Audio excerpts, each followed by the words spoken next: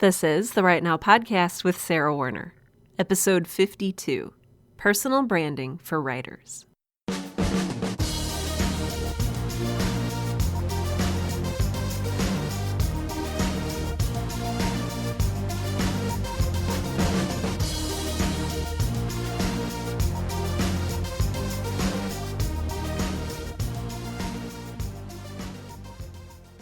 Welcome to Right Now, the podcast that helps aspiring writers and all writers to find the time, energy, and courage you need to pursue your passion and to write every day. I'm your host, Sarah Warner, and today we're going to be taking a look at something that's really uncomfortable to talk about with writers. And no, it's not love scenes. But first, I have some sweet new iTunes reviews that I want to share with you. The first one is a 5-star review from iTunes listener The Business Dude. And this person says, a staple for a professional and writer. Very detailed and educational for a writer. As I begin my writing journey, after many years of writing, I've been searching for insights and the how of the business. Sarah is able to explain her opinions and is very convicting with facts about what goes on in a writer's life that is intertwined with several other world hats. Thank you for the excellent work. Thank you, The Business Dude. You're awesome.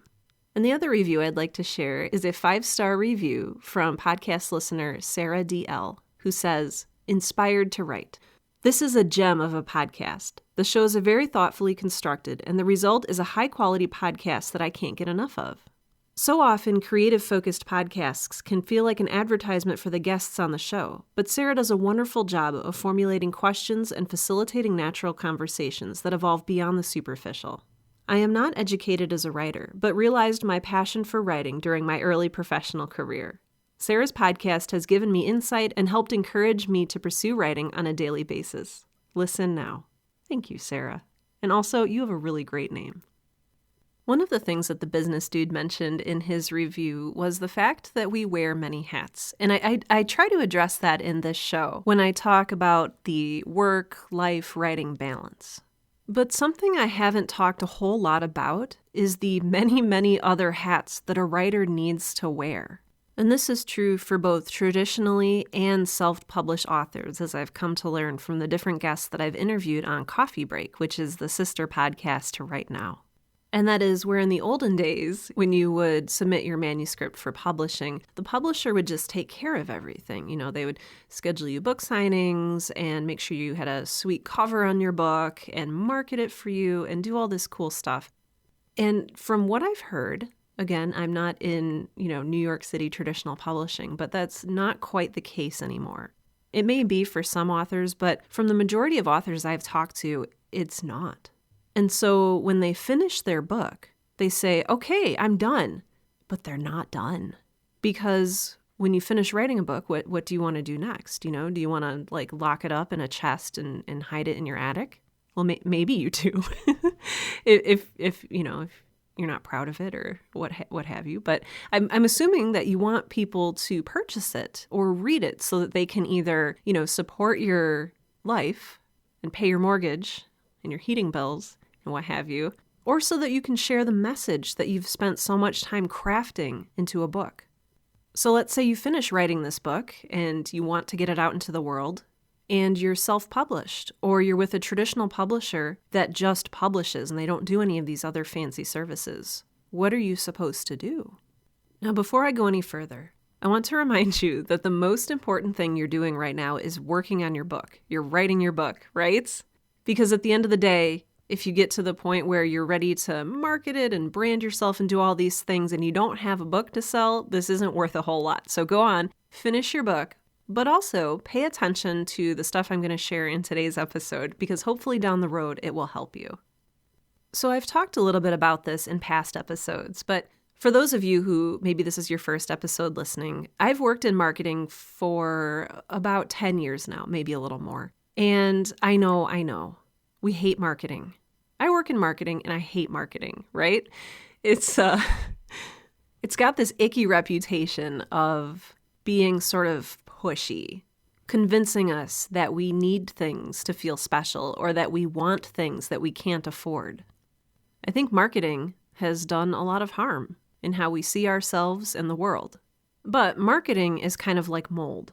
Sure, it'll destroy your house and your ceiling and make your food go bad and smell disgusting and taste worse, but it can be also used to make life-saving penicillin. So our job as good people is to use marketing for good and not for evil. Marketing is a tool, just like, well, I don't know if mold is a tool, but just like a hammer is a tool, right? You can use it to hammer in a nail and build a house, or you can use it to hit someone on the head, which you should not do, right? Today's podcast is not going to be about marketing 101 because that would take a lot longer than 30 minutes. But what we're going to do is touch on something called personal branding. And this is, I believe, the cornerstone to understanding what marketing means for you as a writer and an author. In my previous episode, episode 51, I asked, should I use a pen name? And while I was talking about that, I mentioned your personal brand. And whether or not you use a pen name, no matter what your name is, you have a personal brand. Whether you know it or not, or whether you want one or not, you're stuck with it. In some terms, you can think of this as a public perception of your reputation. And where is a writer's reputation most visible? There's probably multiple answers to this question, but I'm going to go with the one that I have here written down in front of me, and that is when it's printed on the cover of your book. Your name on the cover of your book is like seeing a coffee cup stamped with the McDonald's logo or the Starbucks logo, or, if you have a different favorite coffee shop, that logo. It alters your perception of what's inside. All three of those cups might have the same coffee in it, but people are going to reach for the one of the brand that they trust, the brand that they prefer, and the same is true for books. Because the truth is, we live in a cult of personality. I don't know if I coined that term or not, but I'm using it. And what this means is that our perception of something is shaped by the person who endorses it. So would you listen to this podcast if it was Right Now with Jeffrey Dahmer? Maybe you would. I might, actually. Would you listen to it if it was Right Now with Annie Dillard? Heck yes. I would probably listen to her version of my show more than I would listen to my own. When Dr. Oz appears on TV and tells people to buy something, they buy it. Where I'm going with this is, you stamp Starbucks on something. You stamp McDonald's on something. You stamp Dr. Oz's name on something. You stamp my name or Annie Dillard's name on something. And that means something to us. Now, it's not always something good. Like I said earlier, you may prefer one brand of coffee over another. Or you may pick up a book that has an interesting cover and see an author's name on it and either immediately hug it to your chest or throw it in a pile of refuse. It's all about how that name or how that personal brand or how that corporate brand makes you feel.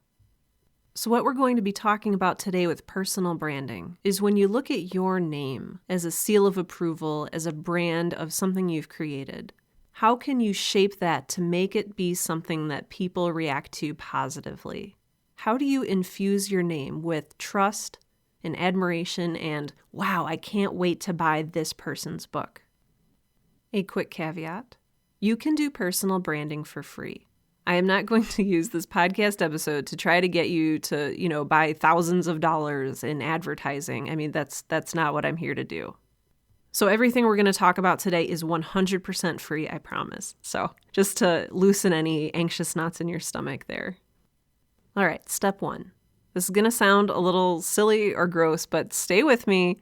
Google yourself. Okay, seriously. Put your name into the Google search engine, or if you're a Bing or DuckDuckGo user, whatever it is, put your name into that search engine and hit enter. What comes up?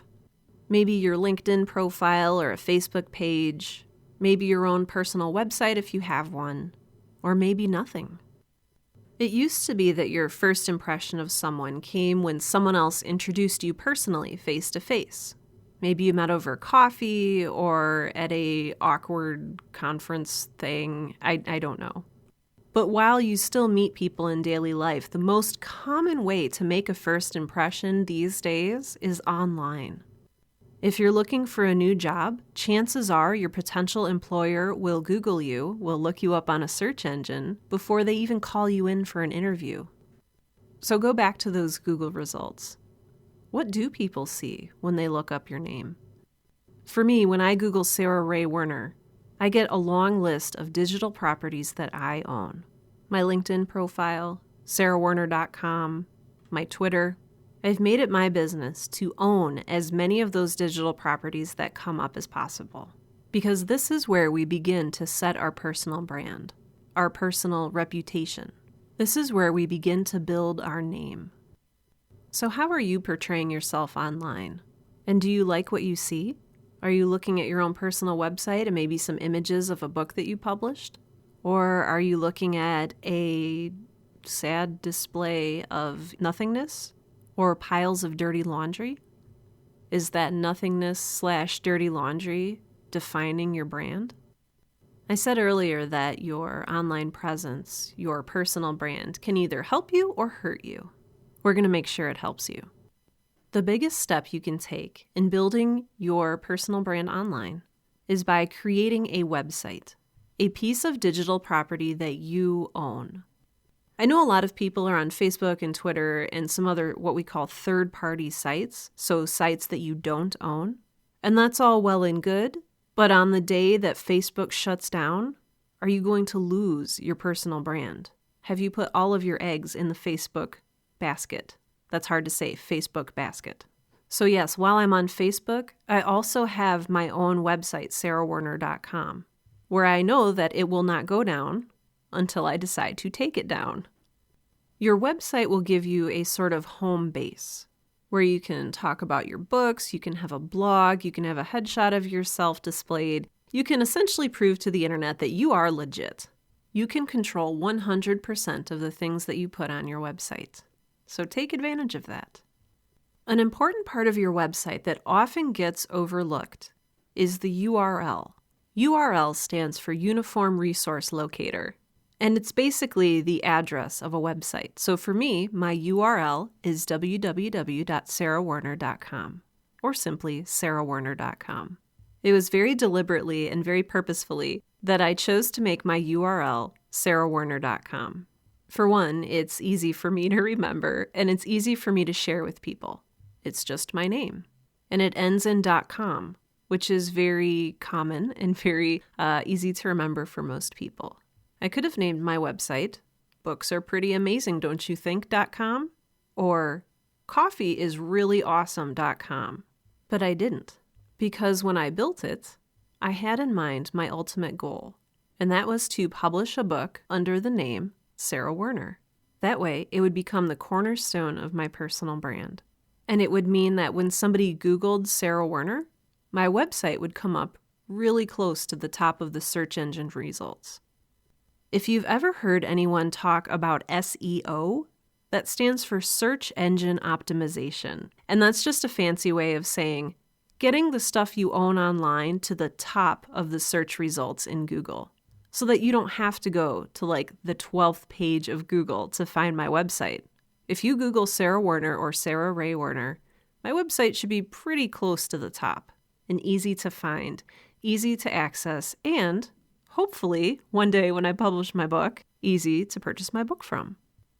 A common question that I get from writers and authors is, all right, I went out to purchase my URL, my domain name, my website address, and my name is Jane Smith, and janesmith.com was already taken. This is where you maybe need to get a little creative. And I don't mean like putting a lot of extra letters and numbers after your name. So don't be like janesmith1257913.com. That's a bad idea because you will never remember that, and neither will anyone else. Instead, look for creative alternatives. So maybe you're janesmithwriter.com, or janesmithauthor.com, or janesmithwritesbooks.com, or janesmithwrites.com, or janesmithbooks.com. You get the picture. Make sure that it's relevant to who you are and what you do, and it will be the first great step toward building your personal brand. Another very small thing you can do to improve your personal brand is to make sure that your email address is professional looking. So if you email a potential agent or someone who wants to work with you, you're not sending them an email from clownpantshotfire101@aol.com, but you're sending it from janesmithbooks.com. or at least gmail.com. Take a good hard look at your email account name and ask, would I take this person seriously if they sent me an email? Next on the list for building your personal brand online is social media. This is also where I get a lot of questions from authors and writers. They'll come to me and they'll say, Sarah, I'm so overwhelmed. There's Pinterest, Instagram, Facebook, Twitter, Snapchat, WhatsApp, and those are just the ones I know about. What do I do? If you're on a lot of these social media platforms right now and you're super comfortable with what you're doing and you feel like you have a great presence, that's awesome. You can kind of ignore the next bit of what I'm going to say. But if you are overwhelmed by what is out there and what you should and shouldn't be on, we're going to make it really simple. Right now, it is early 2017, and you're not really out there on social media yet. I would suggest joining either Twitter or Facebook. Now, I know that Twitter's initial IPO did not go super well, and that their investors are super nervous, and they're going through all this turmoil right now, and so maybe when I release this episode, Twitter won't even be around anymore, which is, again, why you should build your, permanent personal brand on your own website that you own. But I digress. I like Twitter because it has a sense of community that Facebook really doesn't have yet. I think that Facebook is getting there with its groups, but I think that Twitter has a huge number of authors on it already, and there's a huge number of hashtags that can help connect you to other writers. It's also a great place to grow and nurture your personal brand.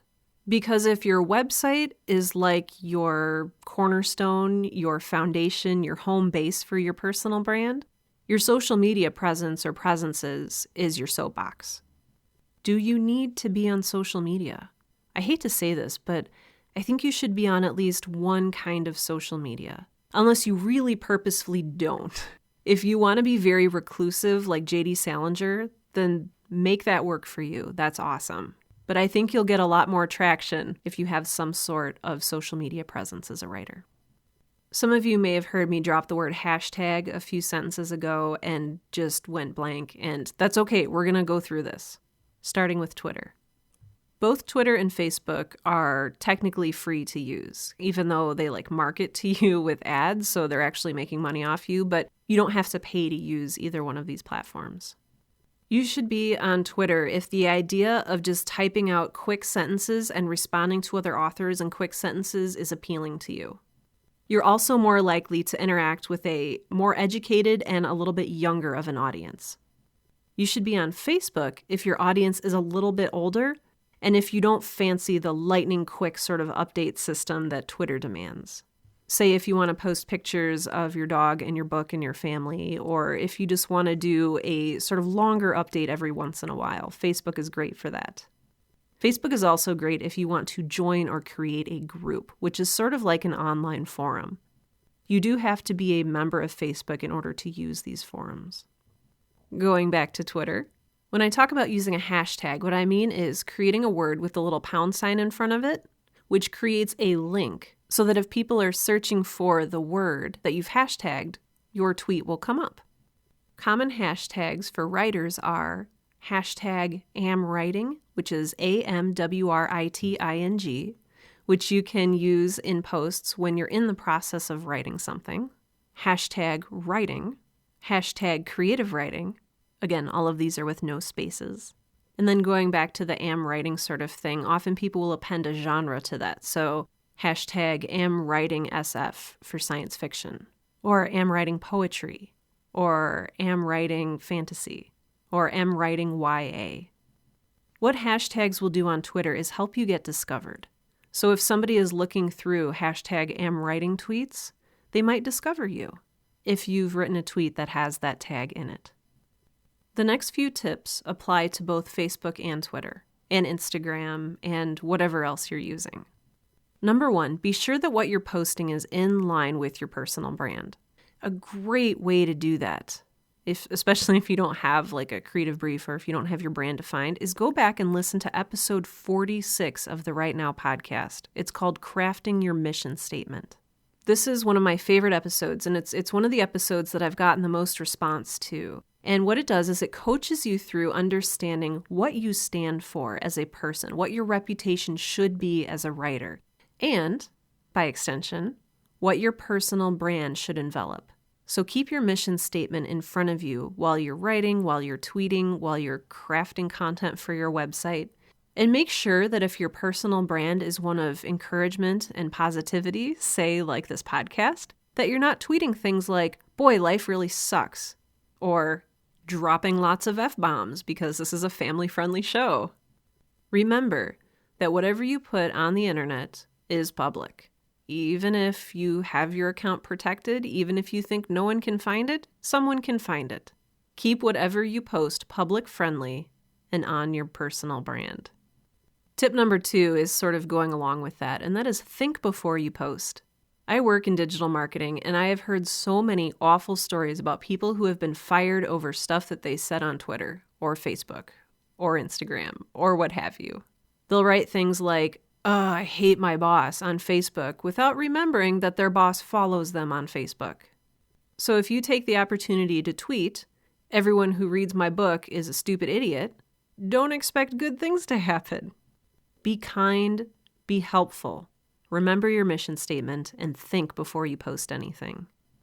Tip number 3, if you have a website and maybe a couple social media accounts, make sure you're using the same profile picture on all of them. This may seem like a really small nitpicky fact, but the thing is, we're visual creatures. And if I follow you on a whole bunch of platforms, it can be very confusing for me if I see that you're using, your selfie of you and your puppy in one, and then like you on stage giving a TED Talk in another. It creates a really weird mixed message that we call going off brand. So use your same profile picture and maybe even invest in a headshot. I know they can be kind of expensive, and there's actually no reason that you need a professional headshot other than it looks professional, but maybe have a friend take a picture of you so you're not, giving a duck face selfie in a bathroom, because that's not great. Next tip, use the same name across all of your accounts. This goes a little bit back to the last episode where we talked about what name you're going to write and publish under. I should have checked before I started recording if J.K. Rowling has a Twitter account for both her own name and her pen name, Robert Galbraith. Maybe she does, I'm not sure. But if Robert Galbraith starts tweeting about Harry Potter and J.K. Rowling starts tweeting about The Cuckoo's Calling, as someone who is following her brand and trusting her brand, I'm going to be really confused. Plus, each one of those Twitter handles probably has a very different audience, and people who read the Harry Potter books might not be interested in the gory murder mysteries that she writes under the name Robert Galbraith. Similarly, it's very confusing for people if my name is Sarah Ray Werner on Twitter and Sarah Werner on Facebook and the Right Now podcast on Instagram. So what I did is I went back and I changed everything so that they were all the same. You can now find me at Right Now Podcast on Facebook, Twitter, and Instagram. And Pinterest too, I think. Consistency is key. It makes it easier for your audience to find you, which ultimately is the whole reason we're doing this. Finally, the last social media tip I'll give you is remember the 80-20 rule. If you remember nothing else from this show, please remember the 80-20 rule. So the 80-20 rule is a ratio for adding value and selling. I follow this one guy on Twitter who shall remain nameless, and pretty much every single one of his tweets is, buy my book, buy my book, buy my book, buy my book. After a while, it gets really old, and I begin to question, why am I following this guy? A, he's not, I'm not getting anything out of following him. B, it's annoying. And C, it's the absolute worst kind of marketing that you can be doing. It's the kind of marketing that we talked about in the beginning of the episode. The kind of marketing that says, you need to buy this for no particular reason. What this gentleman should be doing is instead of having every tweet be, buy my book, with a picture of his book, the same picture in every single one of his tweets, and nothing against this guy, it's just kind of irritating. What he should be doing is following the 80-20 rule. 80% of his tweets should add value to the person who's reading them. So like 80% of his tweets should be, hey, here's a really cool article on writing that I found. I'm going to share it with you. Or, hey, Here's a behind the scenes photo of, this delicious coffee I ordered while I was working on my new novel that you're anticipating. Or here's an inspirational quote that is really helping me out right now. Or maybe you're linking to a helpful blog post that you wrote on your website that has your URL. Maybe you're tweeting something about the writing process using the #AmWriting. Whatever it is, decide what's valuable to your audience and tweet that 80% of the time. Now, you can do some selling, but this should only be done 20% of the time. Let's be honest, no one likes to be sold to, but you can slip one in there every once in a while. As long as it's not just like, buy my book in all caps with a link to your book on Amazon. So maybe it's, hey, get a sweet new view of what it means to be a psychopath in my latest thriller, The Psychopath's Mansion. I don't know, whatever that would be. You can do that 20% of the time. All right, outside of the realm of social media, just a few more tips on personal branding. The first one is, if you're online, like if you're on a forum or on YouTube or anywhere that has a comment section, and you see somebody who is just outrageously incorrect about something, and you feel moved to comment and tell them how wrong they are and what a terrible person they are, don't do it. Seriously, don't do it. As my friend Chris Prendergast likes to say, nobody's mind was ever changed in the comments section. People go there to yell their opinions and then leave, without listening and without creating meaningful dialogue. If you want to go and say something in the comments that is consistent with your mission statement and that is helpful and kind and useful and thoughtful, then by all means do it. But if you're going to go out there and spew the same hatred that everyone else is spewing, do not do it. The internet as a community will begin to tie your personal brand to these things that you're saying in the comments sections. And it's not pretty. But again, if you're going to be constructive and kind and helpful, then by all means, go ahead and comment. Just don't expect to change a whole lot of people's minds. Okay, second to last tip. Are you ready? You can monitor what people are saying about you online with the use of a free tool called Google Alerts. I have a ton of Google Alerts set up for my name. And they're free to set up and they're free to use. You just have to Google Alerts, and it will show you how to create one. So basically, whatever phrase you create, so one of mine is Sarah Werner, another one is Sarah Ray Werner, which is my middle name. Another one is the Right Now podcast. Whenever content shows up online with these phrases, I get an email notification. That's actually how I found out that an article about me came out in our local paper. I got a Google alert and I said, oh, I guess that interview's coming out today. Awesome. It's also how I can tell if people are talking about the Right Now podcast online, which I know it sounds super creepy, doesn't it? It's like I'm Big Brother watching you. But I'm not. I'm just keeping an eye on what people are saying about my podcast. I'm not going to track you down, probably. So set up Google Alerts for your name, maybe the title of your book. Keep it specific. So if the title of your book is tragedy, you're going to get a Google alert about somebody writing about tragedy once a second for the next however long. So keep them specific, maybe tragedy and your name, or whatever. Maybe use your middle name if that's what you publish under. Use your pen name if that's what you publish under. But use Google Alerts to monitor your personal brand online.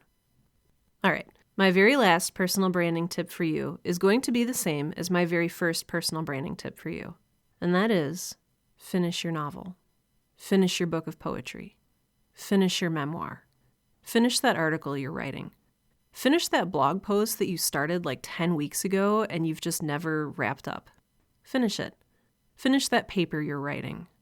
Like I said in the beginning of this episode, your personal brand's not going to mean a whole lot if you don't have something that you eventually want to market. I mean, yeah, your reputation's important, but if you want to get the most out of this, and if you want to make the best use of your time, your writing is the most important, not only piece of personal branding that you can create, but it's the most important thing you can create. Aside from your children.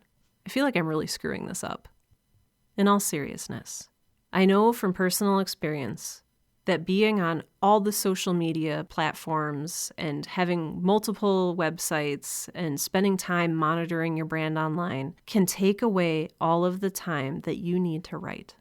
So I would suggest either finishing your work first and then working on building your personal brand, or building your personal brand in, just a few minutes here and there every day. Use a free tool like Buffer or Hootsuite to pre-schedule your tweets so it looks like you're always online. Write a bunch of blog posts during a weekend and then set them to come out once a week or what have you. Decide to be on just one social media platform, like Facebook or Twitter, instead of all of the social media platforms. Make sure that you give your best creative energy and the best time available to you in the day to writing. I hope that today's primer on personal branding was helpful to you. I've been thinking for a while about creating a little ebook about social media for writers and maybe marketing 101 for writers and that kind of stuff. So if that's something you'd be interested in, let me know. I have some free time coming up. What? I don't even know. If you have any questions about anything that you heard in today's episode, please do contact me. You can get in touch with me a couple ways. First and foremost, if you're not tired of hearing it already, you can go to my website, sarahwerner.com. That's sarahwerner.com, and navigate to the Contact tab, and there's a handy little form you can fill out there. You can alternately email me at hello@sarahwerner.com, or you can leave a comment in the show notes for today's episode number 52, over at sarahwerner.com. The show notes are also a great place to get a recap of everything that I talked about in today's episode. It should be all laid out there for you very nicely. So enjoy. Creating this podcast is it's a labor of love, and it's also something I love to do, and it's something that I feel compelled to do and called to do, and I'm very happy to create it for you. There are several people who helped me out along the way, both through encouragement and financial support. So I want to give a special thanks to these folks, especially my financial supporters over at Patreon. Patreon is a secure third-party donation platform that lets users like you, listeners like you, give $1 per episode, $2 per episode, $1 billion per episode, whatever it is you feel would be appropriate. You can do that. You just sign up, and then it has a little recurring cost on there. So every time I release an episode up to a certain number of times per month, so say 4 times a month, it will send me $1 or send me your $2 or however much you decide to put in there.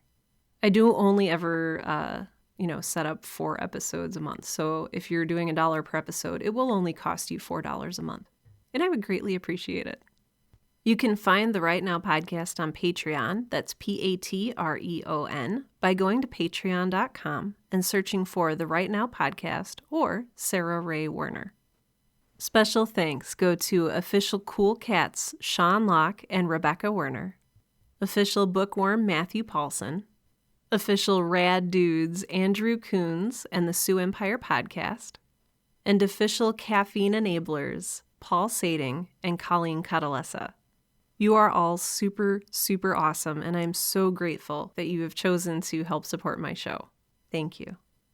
I hope that you found today's episode helpful/useful. If you have other topics that you'd like me to speak about concerning marketing or social media or any of that kind of stuff, just let me know by sending an email to hello@sarahwerner.com.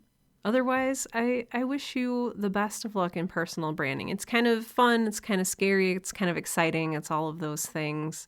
Maybe more one than the other for you, but I know you can do it. And with that, this has been episode 52 of the Right Now podcast, the podcast that helps aspiring writers and all writers to find the time, energy, and courage you need to pursue your passion and to write every day. I'm Sarah Werner, and that's my personal brand.